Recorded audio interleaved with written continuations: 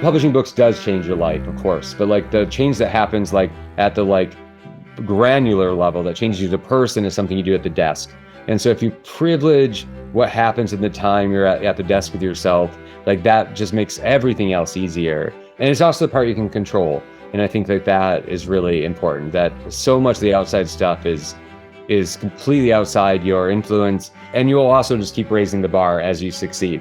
Yes, Matt Bell is taking us to church today with this sermon and so many others.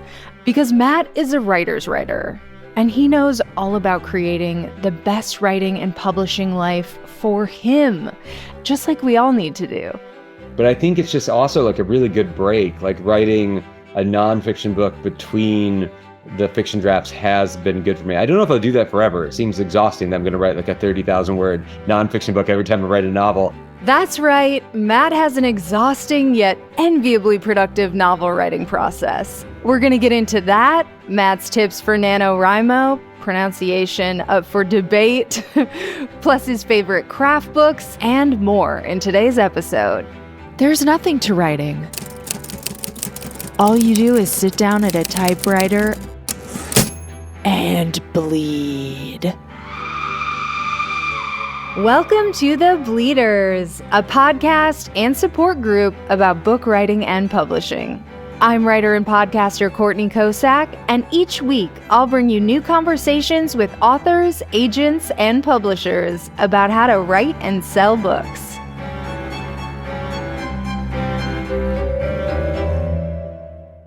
Hi, my name is Matt Bell, and I'm the author of Appleseed and Refuse to be Done.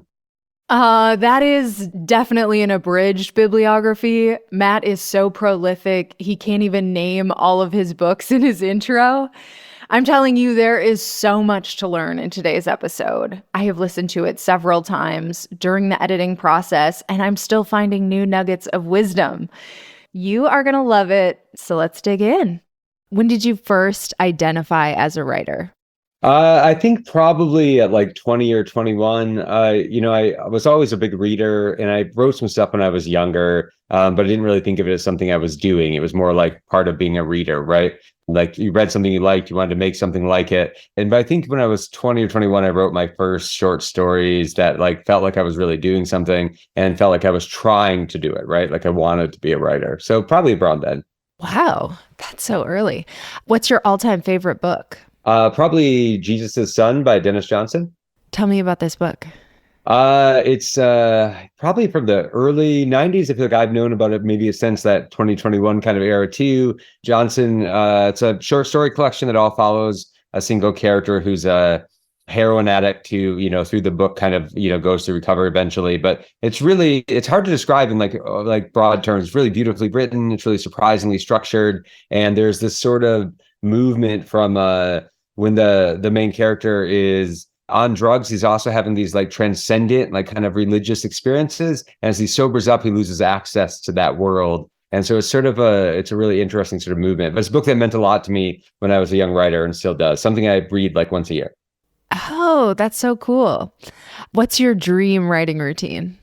Yeah, I usually write at home. I'm in my home office right now. Like this is sort of where I write 95% of what I write. I like to write in the mornings. And an ideal day, I'd write like breakfast to lunch, like Monday through Friday. Like that's pretty good for me. Like I do tend to listen to music, which I think helps keep me at the desk in that way. And then for me, I think the consistency of doing it every day kind of unlocks the sort of imaginative space for me. It's hard for me if I'm coming in and out of the process. Yeah. So you're living your dream writing routine. Most days, right? You know how it is. Not always, right? There's always other stuff. I think one of the things that always feels really funny is like when you start publishing books, as you're going through the publishing process, of course, you have to, you're stopping to edit or promote or do different things. And the book you're having published is sometimes in the way of your writing routine, right? The book you're trying to write. And, and I, of course, teach and do other things, but more often than not, I get some time in the space I wanted in. That's so interesting. Yeah. With the promoting, it's like this podcast and I do other podcasts, but it's a totally different energy. So it's almost like right messes up your day. If like you have to start your day in that way and then you're like getting into your writing headspace, I'm like, I can't. I have to stack my stuff. Yeah.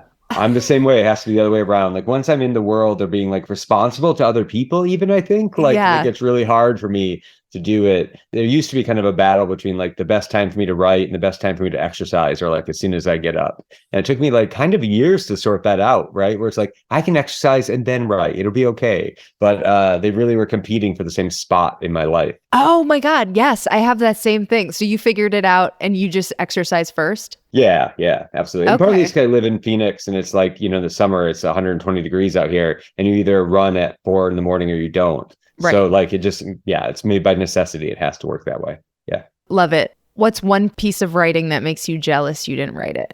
Oh man, I mean, there's so many, right?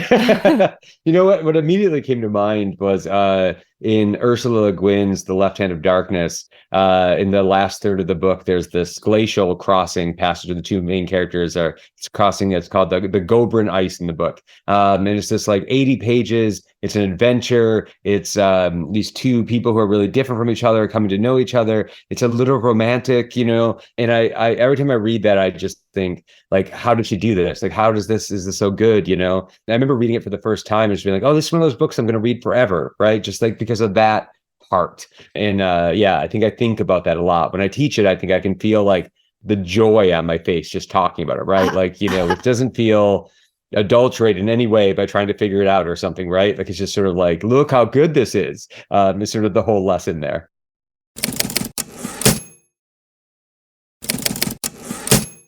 Okay, so let's get into it. You have written so much. So I think I heard you say like 10 years of what you feel like is like your official novel writing, but talk me through what you consider your first like full novel that you felt like, okay, I can show this to someone. I started publishing short stories in like 2004, and somewhere in the next couple of years, I wrote a couple novels. I wrote a NaNoWriMo novel in like maybe 2004, 2005.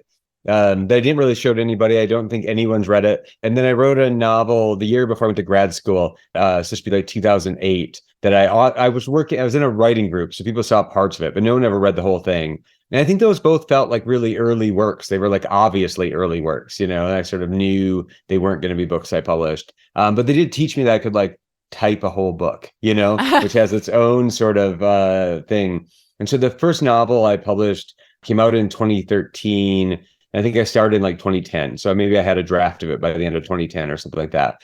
It was a rough draft, right? It was rough in like the fullest extent of the way, but I could feel that it had the potential to like be a book and that it was really like mine and it felt really different. So, I'd written 2 other books that were published by Ben, a short story collection, novella. So I, had a little bit of that confidence, but it was clearly like a different thing than those earlier novels, which it's good that no one's read. So those early first couple things that got published, what was your journey with those? And like, how did they find their home? My first short story collection got published the year after I graduated from grad school. I got accepted while I was still in grad school, but it was published by a press called Keyhole Press that's no longer around. That was so small, it's like a guy, right? And the guy who ran it was an auto mechanic in Nashville who loved books and was running a great magazine That's and running so this great sweet. press. Yeah, right? I mean, it's sort of a very like do-it-yourself kind of punk version of publishing. And so there's a book called How They Were Found. And then I published a novella maybe 2 years later that was called Cataclysm Baby. That was a novella in like flash fictions that were all like apocalyptic parenting stories. And that came out from another small press that was like a guy. So I had these like kind of 2 like very sort of indie press things, and they were great. Like really, like I had a lot of fun and they went well, but like a totally different kind of process. And then around that time, I also wrote I guess in some ways this is really my first novel, but I wrote a licensed Dungeons and Dragons novel with a friend. So we co-wrote it and published it under a pen name. So that came out in 2012. And then my first novel, In the House Upon the Dirt Between the Lake and the Woods, came out in 2013. And, pretty traditional process there, right? I finished it in 2011 or 2012 and was querying agents. And there was a point where it seemed like maybe agents weren't going to bite on it. I was getting really good feedback, but no one was kind of taking it on. And so I submitted it to some publishers myself that I could, like smaller kind of indie publishers. And then I did get an agent. And the week I got my agent, I also got a call from one of those publishers, and they're like, "Oh, we want to publish this book." And so my agent negotiated the deal, and of course we've been working together for 10 years. But that first book kind of came about through my own submission, and then I had my agent sort of backing me up on it. So it was sort of an atypical, windy path to sort of the first like bigger book. I love that synchronicity of that same week. That's very handy. It was a good week. So because now you've published, what, 4 novels since then, since your first one?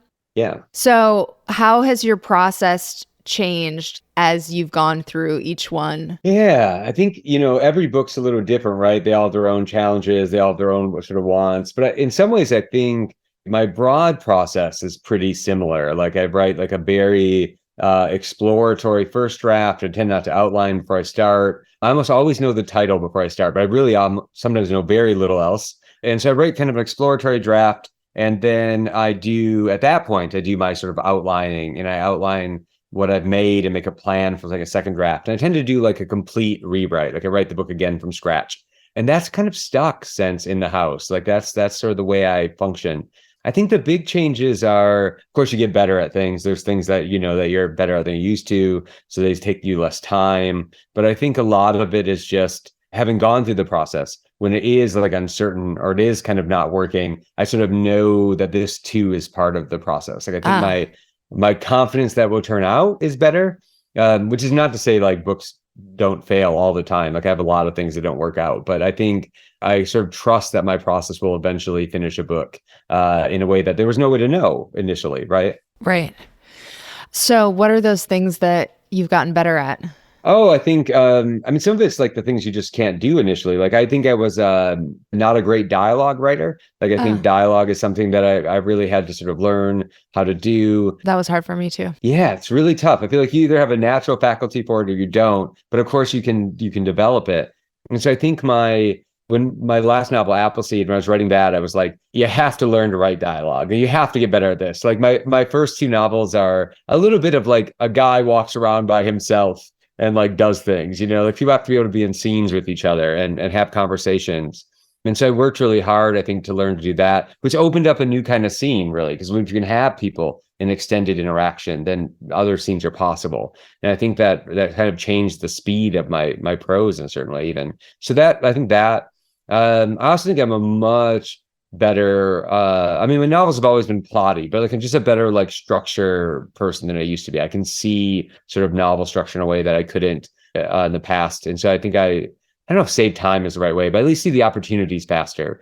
And some of that is from my own writing and some of it is from teaching, like if you help 10 years of people write novels, you eventually like get faster at seeing the shape of books, right? Yeah, totally. Okay, so after that first novel, walk us through what followed that. Yeah. So my first novel came out in 2013 and did well. And so before it came out, we sold the next novel in a short story collection to the same press. So I sold that second novel. I was still writing it. Publisher hadn't seen any of it. I described it to them in a bar, which felt like a lucky thing. So it was nice that it sounded like a good idea, I suppose. So I was still writing that. It came out 2 years after my first novel. The second novel is called Scrapper. It takes place in like contemporary Detroit. It's a kind of like an odd literary detective novel. And the year after that, I had another short story collection that was some new work and some collecting the stuff that was in those earlier sort of indie press books. Those were both out of print at that point. And so some of it was bringing that back into print. But I think between 2010 and 2016, I think I had a book come out every year, in some capacity. Wow. So it was sort of a busy, maybe too busy stretch of doing that. Just writing fast and things were coming out. So like a particularly productive and public facing part of my career. And then Appleseed and Refuse to Be Done. I heard you say that you actually wrote those in tandem, like you would go back and forth. That's so brilliant because you're writing a book about how to write a novel and you're writing a novel. Right. So explain how that worked. Yeah, I think for me, like you just need breaks between drafts, right? You need to rest, you need to make something else. Between the drafts of my novel Scrapper, I wrote a short nonfiction book about a classic video game called Baldur's Gate 2. And that was my sort of between drafts book. And then with Appleseed, I had been giving this craft talk that became Refused to Be Done for like maybe like 10 years, like this sort of revision focused and then eventually novel revision focused craft talk. And I gave it, I don't know, 4 or 5 years ago at the University of Alabama. And professor there, Heidi Lynn Staples, came up to me afterwards. Was like, that talk's a book, right? And I was like, maybe. And so I think I was writing Appleseed then. And I was sort of like, well, maybe that will be the thing I'll do between drafts of this one. And so that worked out. So sort of wrote a draft Appleseed, wrote a draft Refused to Be Done, wrote a second draft Appleseed, did a second draft Refused to Be Done. And so that they became, like you said, in some ways, just a reminder of how to revise a novel, right? And you could play off your own thing. I was also teaching novel writing workshops a lot at Arizona State. So I was teaching novel writing and writing my novel and working this book about novel writing. It was very synchronistic in that way. But I think it's just also like a really good break, like writing a nonfiction book between the fiction drafts has been good for me. I don't know if I'll do that forever. It seems exhausting that I'm going to write like a 30,000 word nonfiction book every time I write a novel. But I also kind of work just like a palate cleanser. Yeah, right. Yeah. Just, I feel like it's like an irritating thing to say to people, right? They're just like, sure. That's what everybody does. They just write a different book between books. But yeah, it's worked out twice in a row and has been a good way of building that kind of space between things.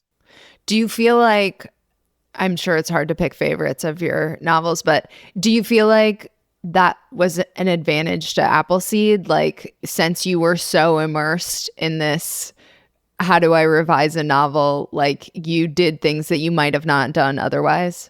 Probably, at least in small ways, right? I'm sure there's some of that. I think also like the novel writing classes I teach are part of that too. Like you get 10 good grad students who are all writing novels. And the way I teach it is, as like a generative class. So they all start from zero and they write together, sort of the idea that they're going through the phases of novel writing at the same pace. So they hit some of the same problems. And it's really great to be around that while you're fixing your own. Appleseed, I started with a novel writing class like 4 or 5 years ago. So I was also starting from zero with them. Obviously, I wasn't sharing or talking about it in class, but I was working alongside them. Mm-hmm. And then I finished it with a different novel writing class like several years later. And so kind of a lucky thing, right? To assemble really this little support group that doesn't know they're helping me too. But while telling them like how a novel should be structured, I'm like, right, there's the solution. Like, that's the thing I'm going to go home and do now.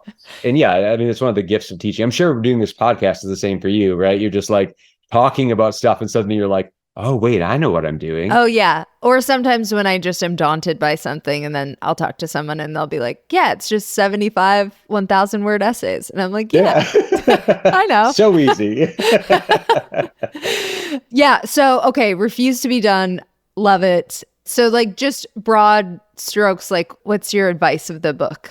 The general vibe of the book, I hope, is that it's like a really practical guide to novel writing, that I want everything to be like really actionable, like things you can do. And then trying to break the novel writing is such like a daunting idea. Like the idea of sitting down and be like, today I will write a novel is like not really a task that can be done for most people. Somebody's doing that, but not us. And so I think it's breaking into smaller parts so you can see it, that a novel is really like effort expressed over time. You can do it in NaNoWriMo where you express that effort very quickly, but for most of us, it's a little bit longer process. And I think trying to, the book's promise of like the 3 drafts or really 3 stages is just trying to break what I see is like the 3 major activities, which is the first draft that, as I said a minute ago, is sort of discovery and exploration. What is the book you're trying to write? Who are these characters? What can you learn about them? Finding it by writing. A second draft that is more narrative focused. How can we get the plot and structure sort of the best it can be? And then a third draft that is really about making the turn from like the writer-based version of the book to the reader-based version of the book. Like, how do we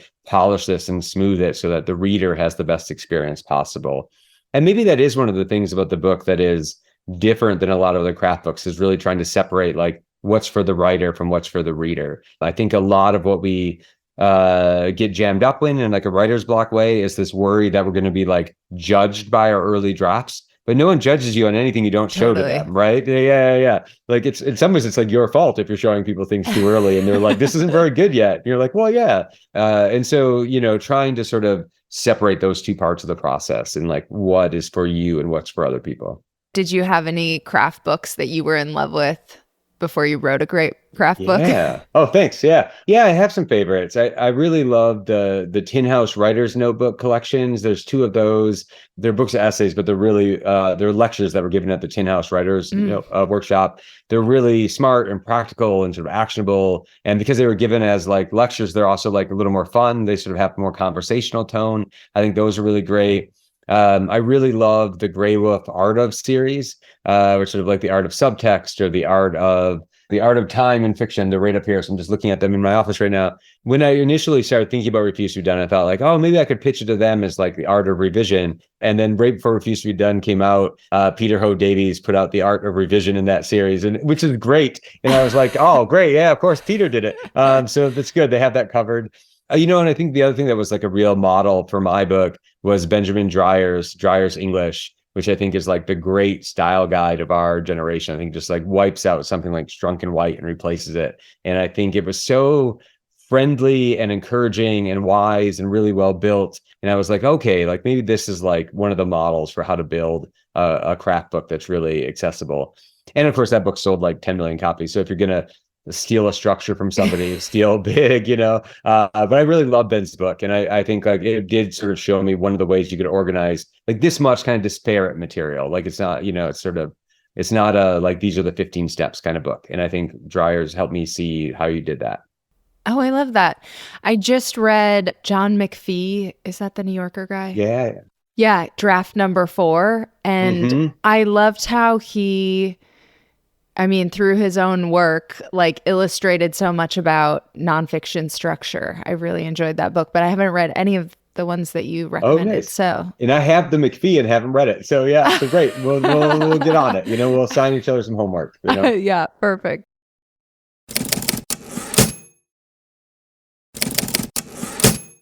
What's the hardest part of book writing in general for you, and how do you work with your weaknesses? Yeah, this is a great question. I think, there's so much that's hard, right? I'm tempted to be like everything, although that's not super useful because even the things I'm good at are hard to do. But I do think one of the things that is just hard to build in yourself is this like capacity for like living with uncertainty. I've done like, I don't know, 50 events for Refuse to Be Done. And people always want to know is like, how do you know it's going to turn out? How do you know to be worth it? How do you know, it's like, you don't. Right. Yeah. And it's like, even though like, how do you know when you're done? I'm like, I really don't know. Like, still, I don't know, I do, but I don't, right. I don't know how to explain it. And so that like capacity for uncertainty feels real. And like, I really think that comparison is the root of writer's block. Comparison is the root of like flinching. You think like, they're writing the right book, I'm writing the wrong book, there's no market for what I'm doing, that kind of stuff. Like, it's really easy to get thrown off by that. So I do think that will not go away by publishing. I published 9 books. Like that didn't solve that for me. You have to you're reckoning with that all the time. So that's part of it. And then as far as your general weaknesses, I think one thing about it is like, you have to do the things you're weak at so you get better at them, which is not very fun. But I think it's maybe Grace Paley said once that like, what we call style is what's left when you figure out how to work around your weaknesses. And there's some truth to that, right? We do hide our weaknesses a little bit. I'm going to blank on the name of it, but there's a screenwriting podcast I like, which might be called like This Screenwriting Life, and one time in an episode, they were talking about weaknesses and that one way to get over them is to say, I'm really good at that thing. Say like, I'm really good at dialogue. Or even just like, I love writing dialogue, not to make it qualitative, just like, I love writing dialogue, even though you're not good at it. And then because you've stated that as like an area of interest, your brain starts lighting up when you hear people talk about how to do dialogue or how to get better at it, instead of avoiding that. Like, I don't want to talk about dialogue because I'm not good at it. And I think that's become like a kind of a funny trick. Instead of being like, oh, synopses are really hard to write, be like, I love writing synopses. And then you start soaking up what there is to know about that. You make yourself like an expert in this area you're not good at. My dialogue essays are good essays because I have historically had to learn to write dialogue. So there's kind of a funny, like, if you claim your weaknesses as areas of interest, then like, I think interesting things can happen. Yeah, totally. How do you set yourself up for success? Like to make the most of your like morning to noon routine or whatever, because that's the worst when you sit down at your desk and you're like, okay, I'm supposed to be writing, but I don't know what to do. Yeah. Yeah. I think one of the things that's worked for me for a long time is like the day before deciding what I'm going to start out doing. I often like review the pages I wrote the day before, just flip through the manuscript before I go to bed. And I stop as soon as I find something to fix, right? If I'm like, oh, I'm going to rewrite this opening, or here's a typo even in a sentence. And then it's just like you leave yourself a little note and you get to the desk and you're like, what am I doing today? And you're like, well, I can at least rewrite that opening paragraph. And by the time you're done with that, you're in, So I think that can be part of it. I definitely rewrite to settle in. Like if you look at yesterday's writing and like revise for a while, that helps you remember what you're doing. Maybe this isn't the case for you. It's weirdly hard for me to remember what I was up to the day before. Like you sit back down and you're like, what is going on in this scene? Yeah. What's happening here? Often because I just invented it yesterday, right? I haven't been thinking about it that long. And so a little bit of revision sometimes connects the work. And so that helps me sort of move forward. There are all the obvious stuff, right? Like, I mean, I'm probably a little too online as it is, but like not having like your phone open when you're writing, not having Twitter open when you're writing, like, which is harder to do sometimes than it seems like it should be. One reason to write in the mornings is like, I think I write ahead of like email coming in often, like I sort of like my day doesn't quite reach me if I get the work done early, and that helps because once I start doing that, I never get my brain back. It's distracting. Yeah. I have very few notifications turned on my phone, like almost nothing, right? Like, I mean, I think like little things like that, like I just can't have it lighting up all the time and things, like a little less distraction. And then, I think a lot of the day-to-day is just like letting myself have fun with what I'm doing without worrying about like the book as a whole. Like I almost never worry about the book as a whole, except at the very end. Like you just like focus on the thing you're making today, which is not a book. That's such good advice. Yeah, this year I've never been great at email, but I've been trying to really embrace this year, just like, it's okay to be bad at email. Like you don't want to be known for being good at email. No, don't reply. Yeah. All answering emails does is create more email, I'm kind of, like maybe getting problematic about it a little bit, but it's definitely like my weak spot as well. But yeah, there's just more important things to do in life than answer your email, even when it's somewhat important, Yeah. Okay. So on the agenting, publishing kind of side of things, what have you learned along the way? Yeah. I mean, it's funny because I think, agents specifically, I feel like I know a lot more about agents now than I did before I had one, right? I mean, that's obvious, but like I would be really good at querying now if I had to, I think, like where I'm not sure that was the case. I did okay. But yeah, I mean, I think that the agent question is always interesting. And when you haven't had one, it feels very opaque, right? It feels very like, how do you get this? How does this work? And I think my gut sense is there aren't a ton of agents for every writer. Like it's a smaller number, you know what I mean? Like you're not competing for like every agent's attention. You're competing for the right agent's attention, but it's a hard thing to know from the outside. So you're sort of looking for that. What I tell my students to do that I think is reasonably good advice is to go through things like the acknowledgements of like other recent debuts and different things like that, and try to find out who are the agents in your genre who are taking on new writers. Because it's not everybody, right? And I think it wasn't clear to me when I was querying that really established agents don't really need new clients. Like if they've done well, they're set, I queried an agent I really loved that I interacted with a little bit. I used to work as an editor too, and I'd interacted with her a little as an editor. And I thought, she's great. I would love to work with her. And I wrote her a query and she wrote me back in like 5 minutes. She was like, oh, sweetie, I haven't taken a new client in 20 years. I was like, oh, wow. That's why she's so successful. She's just, making money off the people she's been working with forever, which I think is the goal for an agent, is to like not really have to do queries and just have your thing set. I didn't understand that your first agent will probably be at the same career stage as you. Like they will be new too, because that's the people who need new clients the most. And then ideally you just both continue to succeed together, which I think is, interesting. And then, in a general publishing way, I think there's a lot of thinking about like, really like, what are your goals? What do you want for your career? And some of that, the question I ask people is like, what will count as success for you? What will feel like success? Like if the only way you'll feel successful is if like you have a 10-page review in the New Yorker written by James Wood, that's a really narrow path. You know what I mean? There's like, and even if you're on that path, there's no guarantees. Even just like I want to be reviewed in the New York Times, who reviews hundreds of books a year, but like there are thousands of books published, and there is a certain kind of book and a certain kind of publisher that ends up there the most. And so being honest about what you want is part of it. I like doing those indie press books a lot, but of course they weren't in like Barnes and Noble, right? You have to, if you want your parents to see your book in Barnes and Noble, there's, a vanishingly small number of presses that happens for. And I think you have to sort of know that. And then you have to be willing to go after it. If you want to win a National Book Award or a Hugo Award or whatever, like that doesn't happen everywhere. And you have to sort of think about what you actually want. Because if you just want to publish a book, that's really not that hard. But it's like what you want to happen when you publish the book that is determine some of your career goals. Have your publishing career goals changed over time? Yeah, in some ways they might be chiller than they used to be. I feel like I occasionally tell my agent this, and he's always like, "Stop telling people that." But it's like I kind of just want to write what I want and have the books come out. Like I don't. Yeah. I care what happens to them, but I don't care. I don't care more than just doing what I want to do. Right. So it's like if someone was like, "We'll give you a 10 grand advance for any book you turn in, and they'll all come out," I'd be like, "Well, we got the career sorted." He's like, "Stop telling people you work for so little." But I really just want the books to come out and be read. I think the big career goal for me, or the thing that I think about a lot, is I think I want to write a book like in every genre that I love. I feel like that, I've sort of written books in different genres, and I like a lot of kinds of books. And I feel like I don't want to be a person who does like one thing, like I want to be able to do a lot of things. I don't think you are.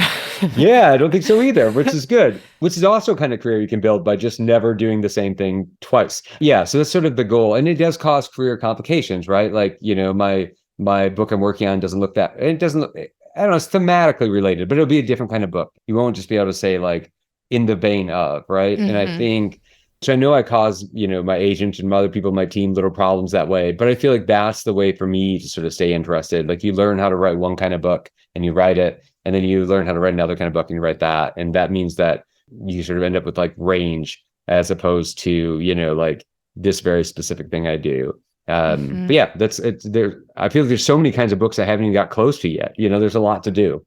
Yeah, totally. So you mentioned a little bit, but what's next for you, and what's like bucket list aside from just keeping on doing your thing? Oh my God, right? Yeah, I'm working on a new novel that I'm a couple of years into, which I probably shouldn't talk about too much, but I think it'll look very different than Appleseed. It'll look very different than other books I'm doing, but I think like a continuation of some of the things I've been thinking about for a while, including climate change and other kind of ecological sort of topics, thinking a lot about sort of power and politics in a certain way. And so I don't know how this works for you, but I feel like every book I write eventually shows you a next book that's comes out of like what this book can't do, And I think as I was writing Appleseed, which is, I think, a hopeful book, but generally dystopian, right? It's kind of about the end of like humanity, or our civilization at least. So that's pretty dystopian. I think in my self, I think like I have like a dystopian plot brain in like a utopian heart. Like I want to think about how things can be better, how things can be made better. And so I think this new project is more like trying to, I mean, Appleseed does this too. Everybody in that book is like trying to make the world better. And I think like that thought is continuing and is louder than it was when I was writing that book. Like I don't know how interested I am in writing another book that's just like, this is how bad it could be. I think I want to write a book that's like, this is how we make it good. And so that's maybe the thing that's sort of like the turn into the next book. Climate's such a theme for you. Do you write any nonfiction about that? Very little. And some of it's just because I think like it feels like I'm not an expert in that space, right? It's maybe a place where I'd rather amplify other people than do that. One of the things that was really cheering when Appleseed came out, you never know how good of a job you do with the science. You do the best you can. I did a lot of research. I learned a lot writing that book, but it was great to see people who are actually climate scientists or actually climate journalists like think on top of the book. And it felt like that was like, that can be my contribution. I can like write a story that helps people like explain things or helps people think on top of. I don't know how much direct climate journalism is in my skill set. Although you never know, you're always adding new things, maybe someday. But I think, for better or worse, I really am sort of primarily a novelist, and that's where my energy is probably best spent. How do you approach that research process for your novel writing? Yeah, I do a lot of research. The shelf you can see in the background here is sort of covered up with Facing Up books, but this is the bottom half of it is my own books. So like I cover those episodes, Not Shameful. And the top half is my research shelf. And it's sort of like every time I write a book, I fill the bookshelf, and then, eventually like I empty it out and put those books away and fill it again. So I do a lot of research. I think that's one of the reasons to write novels, is to learn deeply a subject. And I think like that's really enjoyable. My sort of research writing advice that is most useful is probably that I don't take a lot of notes. Like I feel like the notes become really sterile. Like it's sort of like, those note cards you took in like high school writing like research papers or something, like that prose doesn't become fictional very easily. So I have a rule, especially in a first draft, that if I want to use a piece of research, I only let myself write it down if I can write it down in the book, like make a scene out of it or give it to a character to talk about, or use it in like a scene setting or something. So that way the research is always generative as opposed to like bogging me down. Yeah. It's so easy to get stuck in research.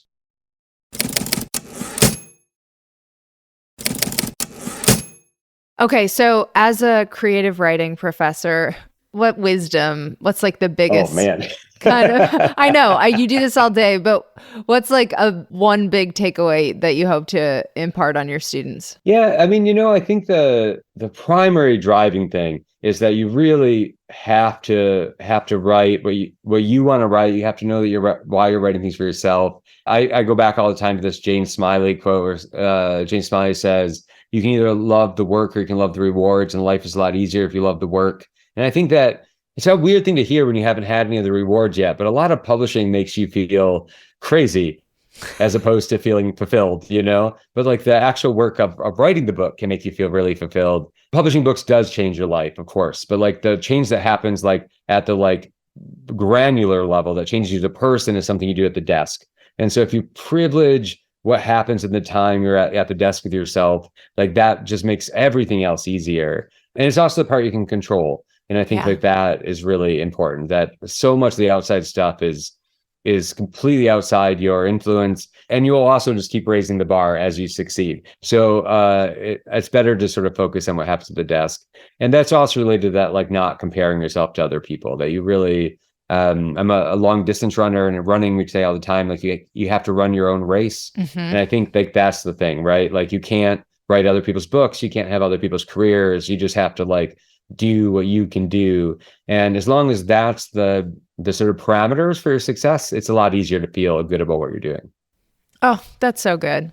Well, I guess one thing I want to ask you specifically, and since it's NaNoWriMo, do you have any tips for that time that you attempted it, like how to do it well? Yeah, I mean, in some ways, the neat thing about NaNoWriMo is like you write so fast that I think you can stay ahead of your insecurities. Right? Like you're just producing so much. I'm sure this number is different for everybody, but like I have a finite amount of prose I can hold in my head. And so when you're writing, 5-6 pages a day, you can really easily get past like what you can even remember. You're going to move forward in a way that doesn't allow for like self-reflection or doubt in some ways. So I think if you're hitting that, like, was it like 1,667 words a day I think you have to write? I mean, that's 5-6 pages of like double-spaced Times New Roman. If you're writing that fast, for me, by like day 6 or 7, I wouldn't be able to remember day 1 anymore. And I think that's actually an ideal place in some ways, where you just focus on what's in front of you and you don't have to worry about the superstructure yet. That can happen in revision. That's a great second draft worry. But like if you just focus on making your words every day, you will sort of get there. And then, of course, the other maybe NaNoWriMo thing is like if you have a draft at the end, but you don't have a book, right? It's that difference between draft and book, which is pretty strong and pretty real, and probably especially real for NaNoWriMo books, even if they come out well. And so, at the end of that is a good time to take your break and think about how you can take this like burst of raw energy and shape it into a book for other people. That's when you buy Refuse to Be Done. Yeah. And learn how to write a second draft. What's one piece of writing advice you wish you could give your former self?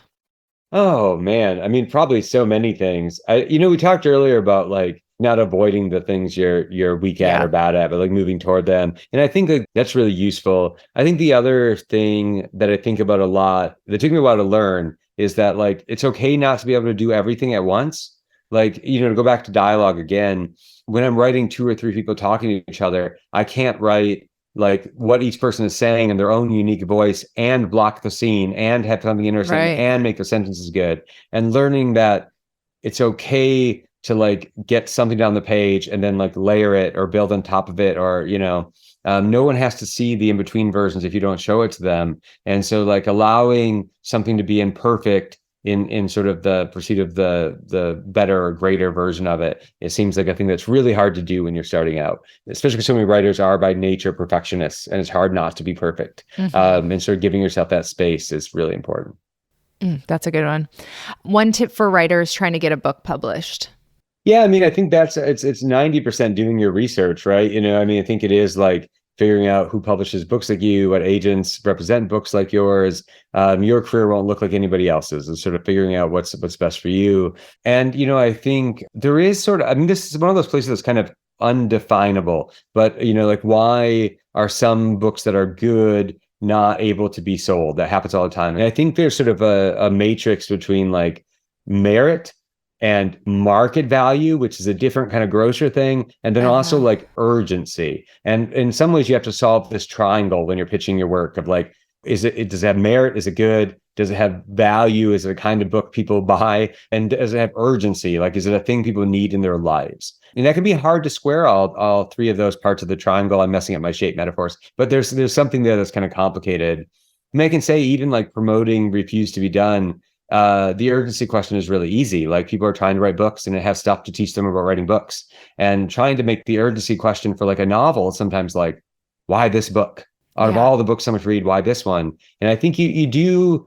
I think if you can answer that question for yourself and explain to other people, you've solved some of what an agent or an editor needs to know to sell your book. So thinking about why your book is urgent, is even if it's just urgent to you, is really important. Yeah, that's great. All-time favorite piece of your own writing? Oh, I don't know. That's so hard to answer. Yeah, I'm not sure what comes to mind. I will say, like, I'm really proud of Appleseed. Like, I think that book turned out really well, and I think it not only has succeeded in the world, which is great, but I knew when I was done with it that I had done like a good job. Like I didn't have a lot of doubts. Like I sent it to my agent and I was a little like, well, if he hates it, I'll just get another agent. Like I felt that strongly about it. And when it went on submission, I was sort of like, it's going to sell. Like I just had no worries about it in a way I never had before. It was a weird and specific book, but I knew I had done what I wanted to do. And you don't always get to feel that. Even on things that are good, you don't always get to feel that. And I think like I'll remember that feeling at the end of it. Like I really had done everything I could. And I was proud of what it had become. And that feels really great. And then I'll say also like Refuse to Be Done is I feel really proud that so many people are finding it useful and finding it helpful to them. And like it is good to be of service, right? It's good to feel like what you have is useful to other people. And that's been really exciting to see. And I'm really grateful for it. Awesome. Well, thank you for writing it and your other books. And thank you for this conversation. This has been great. You have an amazing Substack, which was referenced on the last episode. Oh, it's great. How can listeners connect with you online? Sure. I'm at mattbell.com is my website. You can find out all the links there. The Substack is at mattbell.substack.com, which is pretty easy. And then Twitter and Instagram, I'm mdbell79. And yeah, say hi and stay in touch in any of those places. Yes, I am so confident that was the writerly gospel we all needed this week. Thank you so much to Matt Bell for sharing your hard-earned wisdom, and thank you for joining me for this episode of The Bleeders. Writing is so much better with friends. I'm your host, Courtney Kosak, and hey, let's connect on social media. I am at Courtney Kosak. Last name is Kosak on Twitter or X and Instagram. And make sure you're signed up for the Bleeders Companion Substack for all kinds of newsletter exclusives. There is so much great stuff that goes out to the free list. And I also just launched a paid subscription where I take you behind the scenes of all my best bylines and how I did it. I also just published a post about my return to stand-up comedy and how I got ready for my showcase, which I freaking crushed. I wrote about my MFA and whether or not I think it is worth it. And I also did a manifestation workshop for my paid subscribers. It's so good. You got to check it out. There is a link for all of that in the episode description. And join me again next week for another episode that will help you take your writing game to the next level. In the meantime, happy bleeding.